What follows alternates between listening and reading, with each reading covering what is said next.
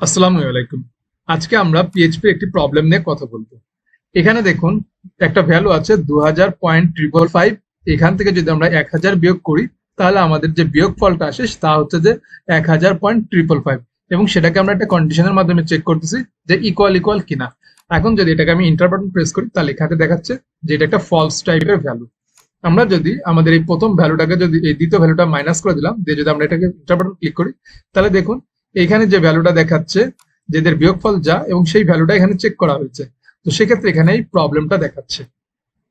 পিএইচপিতে এটা একটা সমস্যা যেটা আপনার হচ্ছে যে ফ্লোটিং কম্পারিজনের ক্ষেত্রে এই সমস্যাটা দেখায়।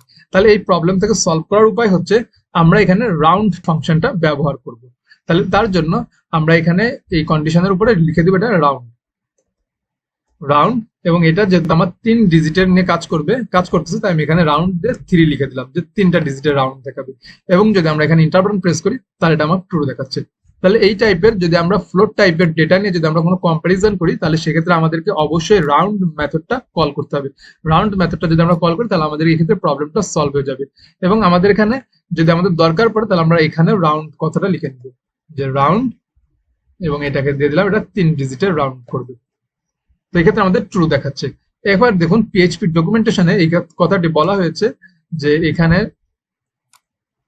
ফ্লোটিং পয়েন্ট নাম্বারস এই নাম্বার একটা প্রবলেম আছে। সেই প্রবলেমটা হচ্ছে সেই প্রবলেমের ক্ষেত্রে এইখানে দেখুন দেখাচ্ছে যে x ইকুয়াল 8 - 6.4 যা বলতেছে যে এটাকে এটার ক্যালকুলেশন করলে আসে 1.6 এবং y এর ক্ষেত্রে বলা হচ্ছে এটা 1.6।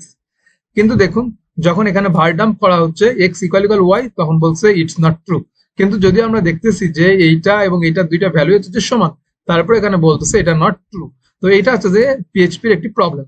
এখানে সেই কথাটাই বলা হয়েছে x is not really 1.6 but এটা এমন ভ্যালু একটা আসতেছে যে 1.59999 এমন একটা ভ্যালু আসতেছে। তাই এক্ষেত্রে এই প্রবলেম সলভ করার জন্য এখানে বলে দিচ্ছে যে ভার ডাম্প রাউন্ড কথাটা ইউজ করতে, যে এখানে রাউন্ড মেথডটা ইউজ করব এক্স এর ক্ষেত্রে এবং সেই ক্ষেত্রে ওয়াই এর ক্ষেত্রে আমরা রাউন্ড মেথডটা ইউজ করবো। তাহলে সেক্ষেত্রে আমরা এখানে পাবো যে দিস ইজ ট্রু। তো এই হচ্ছে ফ্লোটিং ভ্যালুর কম্প্যারিজন। তো আজকে এই পর্যন্তই। Thank you for watching this video. আল্লাহ হাফিজ।